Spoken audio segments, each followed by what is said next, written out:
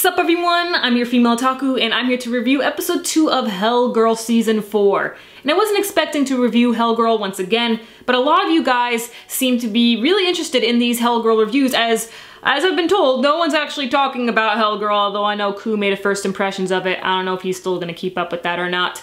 I'm gonna do what I can, as Fridays are pretty busy and I have been pretty tired lately, so if the reviews suddenly stop, now you know why. It's because I'm tired and I really don't have the time, especially since I got my promotion.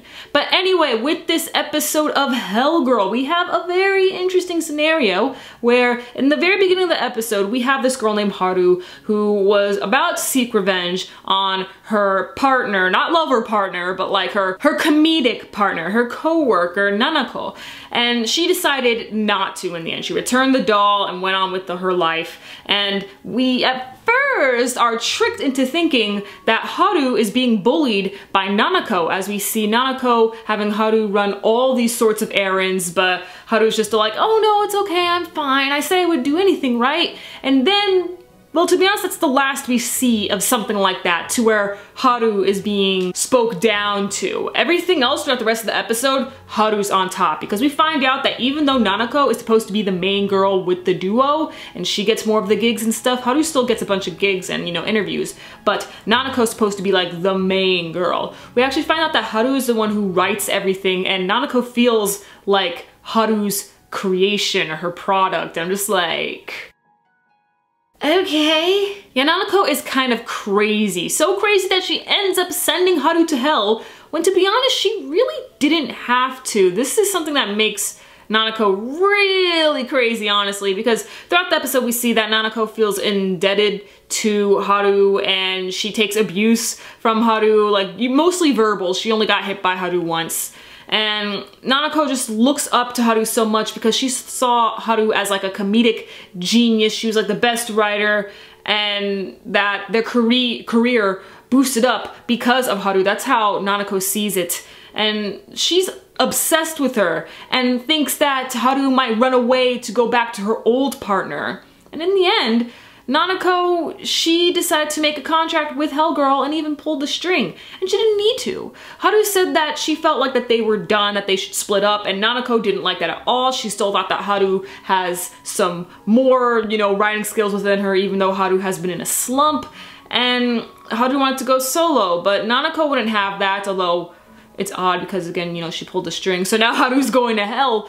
But Nanako feels as though this is for the best and that she will meet her there soon. Personally, I thought that was a terrible mistake of Nanako, but I suppose this is just supposed to be emphasis on the fact that Nanako is very unstable. In the meantime, we have this thing lurking over us, just like in last week's episode. However, I didn't mention it in last week's episode, as I wasn't too sure if this character was new to this season or from the previous seasons.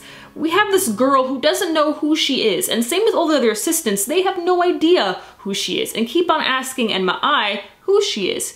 And Enma Ai, she's just all like, she's just some girl who doesn't know who she is.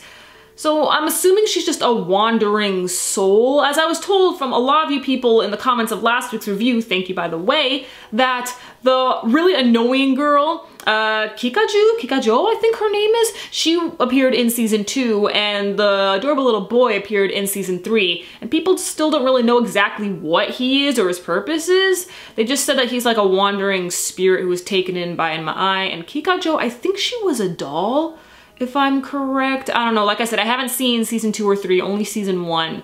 And people also mentioned to me that season 2 is like the best one because you also get to learn more about Enma Ai's assistants. So if you can tell me which episodes those are, much appreciation. So why does this girl keep appearing wherever Enma Ai is? No idea. And I'm sure that's gonna be the overarching story. I don't know, it's hard to say because this is only 6 episodes long. Technically 12 because it's confirmed for 12, but only 6 of the episodes are actual new episodes, while the other 6 are just gonna be reminisce episodes.